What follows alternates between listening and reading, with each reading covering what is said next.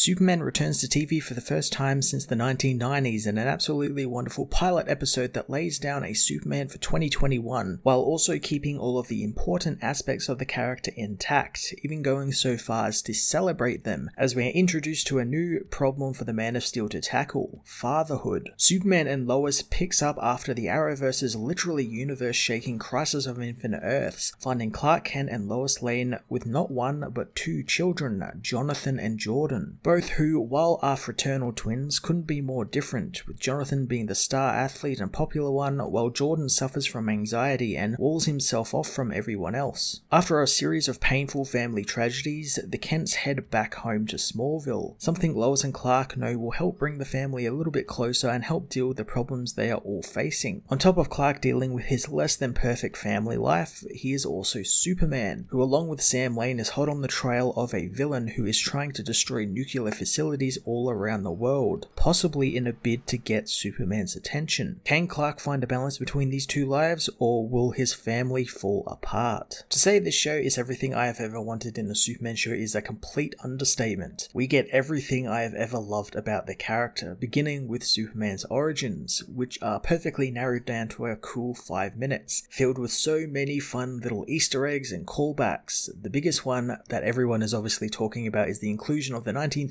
Fleischer Superman suit from the animated series. The origin, however, isn't something that really needs to be reiterated. Everyone knows who Superman is and where his origins lie, so a quick reiteration like this was really quite fantastic. It's really great that they didn't make the whole episode just that. It's not just fun callbacks either, as this is used to state who Superman is and what he stands for, which is also wonderfully laid out. The writers of the show clearly are not embarrassed that this is based on a comic book, and along with all of the fun comic booky stuff, the show also deals with some very real life things, like drama with family, something people have been quick to say makes the show dark, although I'm not really sure how something that literally everyone has to deal with in life is dark. Some of the best Superman comics feature problems he cannot solve with a fist or any of his powers, and things that he has to use his human side for, and here that's almost a mandate of the show. How does Superman deal with two sons who both feel alienated in their own ways? The answer is not very well, at least on this first episode, which is what makes it good and what makes it really interesting and relatable. Clark and Lois are still learning how to be parents, and it's all showcased in a very real way. One of the big pieces of the episode is whether Clark tells his sons about his powers, fearing that one of his sons may actually have powers while the other doesn't, culminating in probably my favourite scene of the episode, with the boys learning who their father is really, which ends up doing more bad than it does good, something Clark didn't think would actually happen. When it's not dealing with family drama stuff, we do get some good old-fashioned Superman action, and boy, the up budget really has an effect on the show. No more fistfights in the middle of Canadian car parks like Flash and Supergirl would do. Now we can have Superman saving nuclear power plants with icebergs, and battling a villain in space and across the world. Speaking of the villain, the Stranger, which is what the villain is called, is really just the Doomslayer from Doom. His suit looks exactly like that character, and I love it, and I love that it allows him to go toe-to-toe with Superman in pretty grand fashion. We are revealed to who this being is at the end of the episode, but I won't be spoiling it, but it is connected up with Crisis, and I'm very much looking forward to them exploring that. As for the acting, it's all top-notch, headlined by Tyler Hoechlin and Elizabeth Toulouse, both who continue to bring their wonderful chemistry to the characters while also adding some new aspects to the show now that they are parents. Tyler plays Superman perfectly, encapsulating that friendly, approachable nature the character in the comics exudes, as well as a slightly more stoic Clark Kent here, one who is frustrated that he cannot figure out this whole father thing. Elizabeth is honestly the best Lois Lane I've seen since Erica Durance's on Smallville. She's fierce and in control, but much like Tyler's Clark, is still very much trying to figure out parenting and how to deal with it. Jordan Elsas brings us the character of Jonathan Kent, who isn't any specific version of Jonathan from the comics, but more of an original version who is this popular, athletically excelling kid who, because of his many achievements at such a young age, makes his parents believe that he has powers. Alex Garfin plays Jordan Kent, and is probably the standout of the episode for me. While on paper his character would seem like the standard edgy emo teen character all these CW shows are rife with, there is so much more to him, and it really comes out in the scene I mentioned before with Clark revealing his powers to his sons. It's also a lot of fun that, while rather obvious, that he is the one to get the powers. I'm looking forward to seeing how that actually affects his relationship with his brother and his parents, since it could easily go the way of him becoming a villain or becoming somewhat of an evil person with these powers. But I don't think it will, since that's a bit too obvious, but only time will tell. On top of the boys dealing with powers, they also deal with the usual romance stuff, or at first you think it is, but almost immediately they throw that out the window and shift gears away from that to tackle some very real issues like child medication and depression, something I'm very much looking forward to being more explored between these characters and some of the other characters within the show, like Lana Lang's daughter. Superman and Lois's premiere was one of the best pieces of Superman media we've had in a very, very long time, perfectly encapsulating what Superman means to me and what he is, as well as adding great new dynamics like a whole family for Lois and Clark to navigate through. I'm thoroughly invested in this show now, and I cannot wait for the next episode. I'm going to give this episode a 10 out of 10.